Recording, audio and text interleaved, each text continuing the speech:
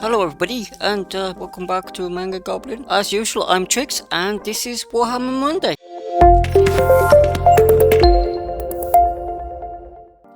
Let's start here with the old Lumineth releases. Okay, so we have the well, basically they're Swordmasters of Hoth. They're just updated with silly helmets and, well, silly helmets and silly back banners. I mean, the back banners wouldn't be so bad if they were plain and you can paint them yourself. I think they're molded on them. They probably are. Most things are nowadays, which is a bit of a shame because, you know, it loses some of that creativity that you once had. But anyway, yeah, they're Venari Blade Lords, so they're just Swordmasters of Hoth been renamed and Silly Hat Syndrome. I mean, okay. I mean, they're cool and everything, but if they're just going to remake High Elves, right? Why can't I have my flying chariot back? I want my flying chariot back. I only needed 2 more flying chariots. Only needed 2. But no. Anyway, maybe it's my fault. So, yeah, they're just basically the old Swordmasters of Hoth. However you pronounce it. But yeah, Silly Hat Syndrome, big swords. And then we have the Star Shard Ballista, which is just High Elf but repeater bolt thrower. Yeah, a cross between both versions, the Dark Elf repeater bolt thrower and the High Elf repeater bolt thrower. Well, wasn't it just High Elf bolt throwers? Star Shard Ballistas. And then we have the terrain piece, which was called the Shrine Luminor. It's interesting. I mean, that's all I can say about the Lumineth range, is it's that they're interesting. I think the aesthetic is cool. I think it leans too heavily on the Silly Hat Syndrome. And I think maybe I misunderstood something when Age of Sigmar came out, that it was a complete re-imaging of everything. It was a completely new system. The old system had been done away with, but the Lumineth just looked like updated High Elves with silly hats. That's all they look like. And if people are happy with that, that's cool. It's just, I expected more out of it. Anyway, off we go. So we're now going to look at some characters. This is obviously the Swordmaster of Hoth, or the Loremaster of Hoth, just re-imaged for, again, Silly Hat Syndrome. The staff looks weird at this angle, but it's probably much larger. This time he's not casting a spell. Okay, so the twins are twins. They are Eleanor and Althanor. Eleanor and Althanor. Althanor. Okay, alright. You know, they're good models. They are great looking. I love the reuse of the L3 and the Grim white sword pose, and they've even kept a sort of nod to the old name, Elthanor. It's L3 and the Grim basically. Just the white sword character. Just, he's no longer blind. He's got a silly back panel, and his sister's standing on top of it. All right, you know, okay. I mean, it's really cool, but that's gonna break. That connection is so precarious. She's interesting. I mean, she's got Silly Hat Syndrome. He's got Silly Hats. I think this is the generic hero of the character version we saw the last time. I like this. This is very High Elfish. It's just, we've got a new goat, llama, horse, kangaroo monster thing. Interesting, Silly Hat Syndrome, but not too bad. It's very High Elfish, so it gets a pass. Love the banner, love the cloak. This is pretty decent model, yeah, pretty nice. The Fox guy, I think this is the unnamed character build, which they previewed a few days after the last review, so it's nothing we've seen before. High Elf Army Battle Standard Bearer, silly hat, yeah. Cloud Mage, it's cool. He's borrowed the horns of one of the Wind Spirits, the Fox Wind Spirits, and he's riding on a cloud. It's cool, again. I like the idea. The base, well, I'd have to see what the connector's like, but I can imagine it being very easily being broken. Okay, so moving on, we have the calligrapher. I love his inkwell on the staff. I love the hand that's making the calligraphy. It's very hand-to-say. It's very Barakamon, if you've ever seen Barakamon when he's painting in the in that anime on the manga, which I'll be reviewing fairly soon. It's very awesome. I love this guy. He's I think if I got one, I would paint him up and call him Handasai. I really would. He really inspires me to do that. Okay, so moving on. We have the new Lumineth book. The new Lumineth book, which is really, really nice. It's got the Blade Lords. But reissuing a book a year after, I mean, it's kind of naughty. I mean, it's less than 12 months, I think. Moving down, we have the Night Haunts? Yep, Night Haunts. Krulgast Cruciator. The Krulgast Cruciator. Very Silent Hill. Very nice. I mean, the Night Haunt as arranged, they're very cohesive. They're very cool. They're very Silent Hill. You know, ghostly nightmares. They're very awesome. I love the chin bearding, the manacles. I love the chains. Everyone thought that Hand was going to be a necromancer, and it's just some character for the Night Haunt. Really nice, really nice. Love this. I love the aesthetic they're going for the Night Haunt here. Moving down, we have a character from the Black Library, and his name is Stormcast. Goddess Steel Soul. Goddess Steel Soul makes a Marvel hero pose entrance. Very interesting. I don't like Stormcast. I'm gonna say that now. There's something about them that I don't like. Cool if you like them.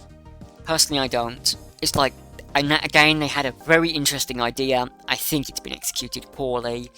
It reminds me of first edition, the angels, the good chaos gods from the very first edition of Warhammer. Reminds me a bit of that, because they were supposed to be, you know, good chaos warriors. That's all I can see them as.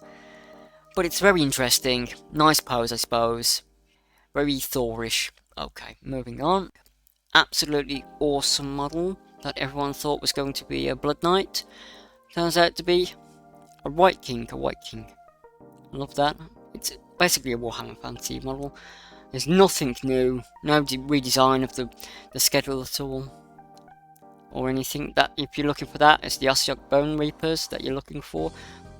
Just a classic model, classically awesome, wonderful shield, wonderful headpiece, wonderful horse, everything top notch.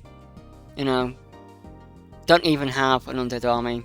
Very tempted, very tempted. Okay, so going down, we have the Underworld's release for the, or reveal, not release. I think it will probably be in May or June. This guys will be out.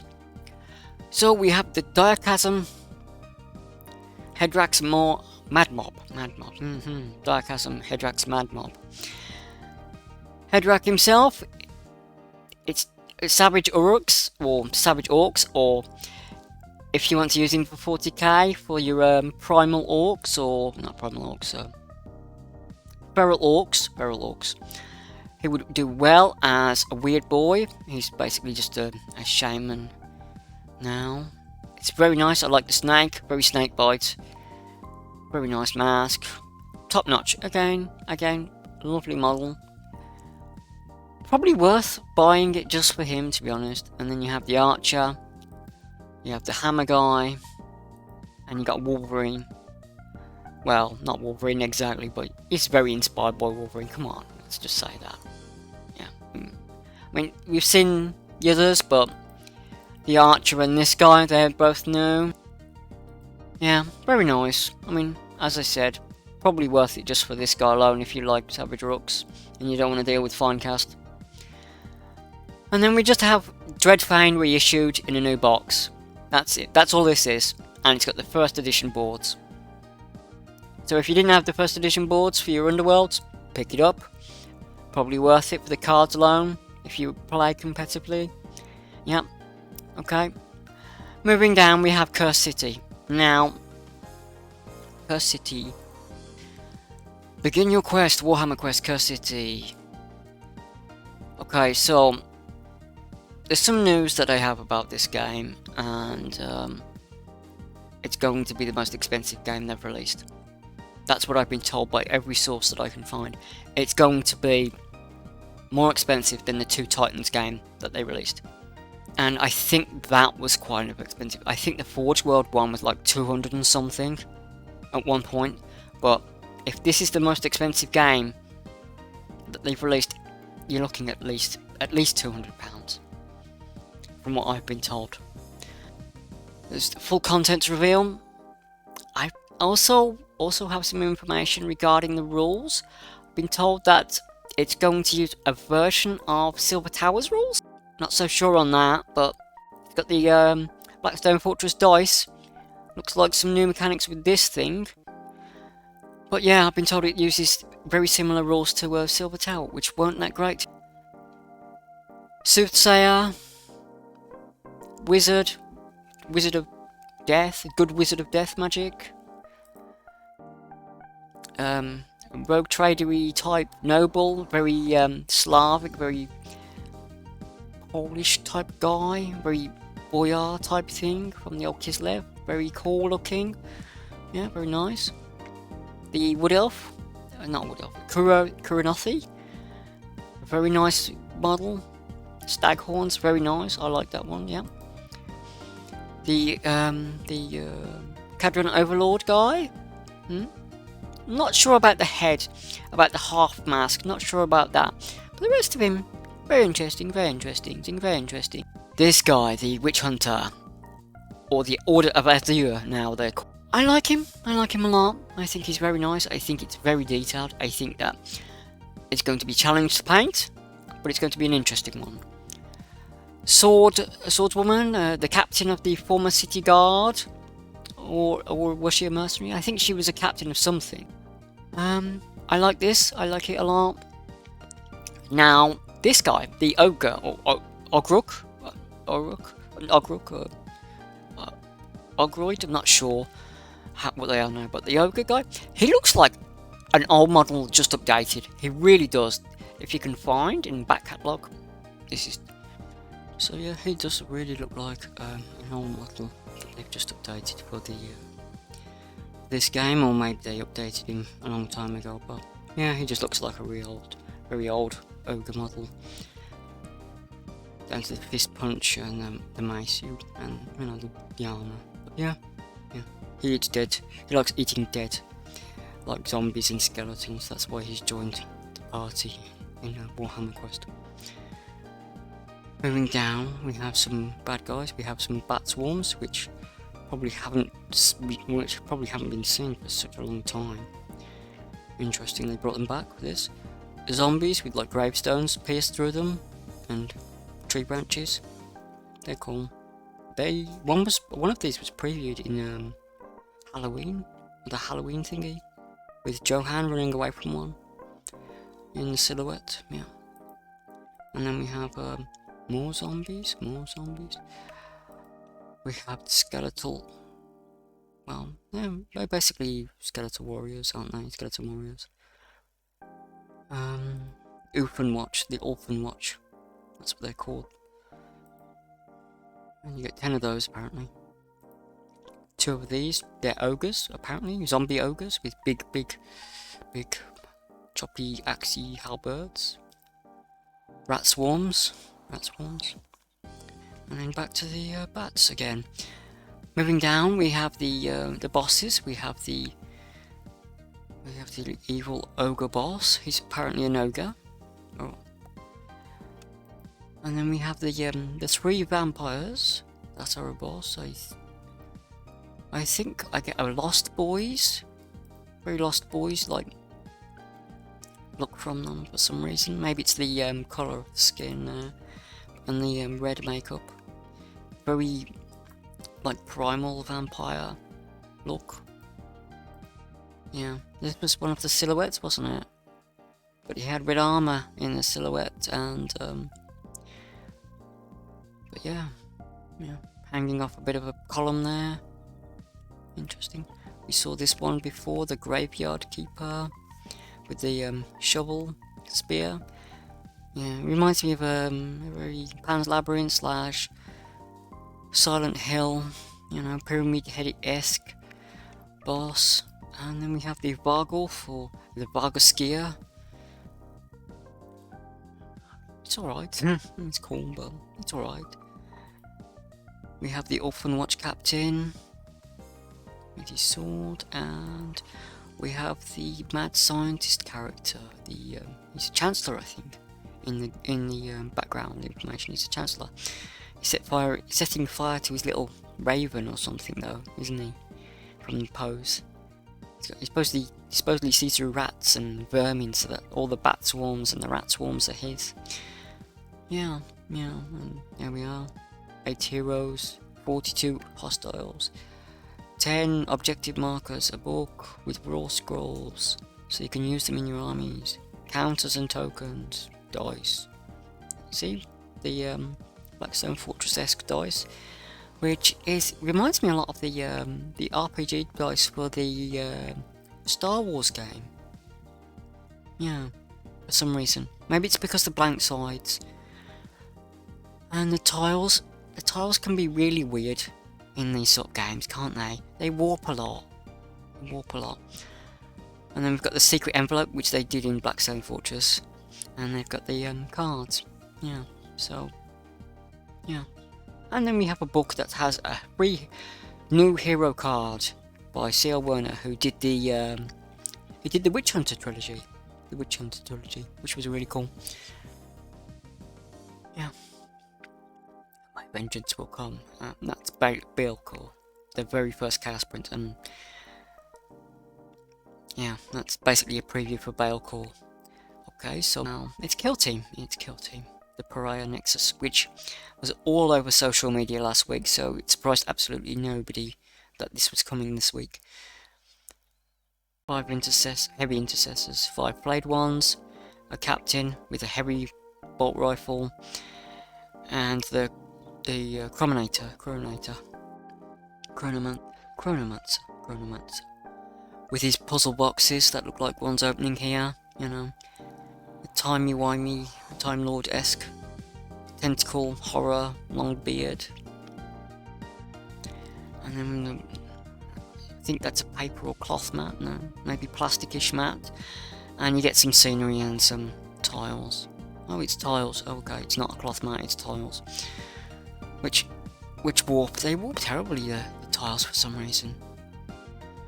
It's like all these games that they've done, and they still haven't beaten the warping of their tiles. If you've seen the leaks from other places, it's not worth it for this, I don't think. Not for 5 intercessors and a character, or 5 flayed ones and a character. I mean, it'd be okay if you wanted the scenery and the books and everything, but no. From what the price I've seen was 125, something like that. Yeah, doesn't look like it's worth it at all. I know. Moving down, we have some more Kill Team books. We have the book by itself, some preview for Assault Intercessors rules for Kill Team. They were out in the book already. Then we have Kill Zones, and then we have some reissues of old terrain sets just with Kill Team. Yeah. Moving down, we have we have parts of the big box. They did, I think. Yeah. It's it's just basically the remaining things from the big box. It's the Ancient Blade Guard Ancient, and 3 Blade Guards, 3 heavy melter guns, and a chaplain, and the Executioner guard, which is also a chaplain. Space Marines. That's my knowledge on Space Marines, as I have really no interest in them. I mean, cool if you do, cool if you don't. Necrons, so we have the Skopek Lord, we have the Reanimator, we have I can't remember what he was. Well, we have him anyway, and we have the 2 bodyguards. And then coming down, we have the Necromunda releases. That'll be on the Friday. They're all going to be resin, of course. Forgeworld resin, which can have a lot of gates, and especially for chain weapons. The gates in the chain weapons are just insane. And then we have Ratastata, which was previewed about a year ago, and he's finally out. Ratastata for Cawdor. And there, of course, the Lady Orlocks here. But again, the gates in that chainsword are going to be terrible. They're going to be awful. Heavy bolter. Bolt gun, I think that's a bolt gun. And yeah, and he's got a heavy stubber, Ratus Tatus Skull has, and he's got his rat friends, Quasimodo, Hunchback Pose. Yeah. I'm surprised that there was no Necromunda reveal. I'm very surprised there was no Necromunda reveal in this month. Very surprised. And then next week we have their general release on their Twitch. So if you're interested in their Twitch channel, that's the arrangement for this week. Okay then, so that's all for this week. Ratus Tatus Skull is probably the most interesting release from Forgeworld. And yeah, I mean, I hope you had a nice time looking through this with me. It was probably a bit longer than I wanted it to be honest, because of the previews on Saturday. There's a lot to talk about. This week I'll be doing my 10 subscriber school days review, and I'll also be doing a review of some of the Hidden Knights of Slaanesh. So look forward to that if you're interested. Good, cool. If you're not, that's also cool. Well, have a nice time, and bye bye.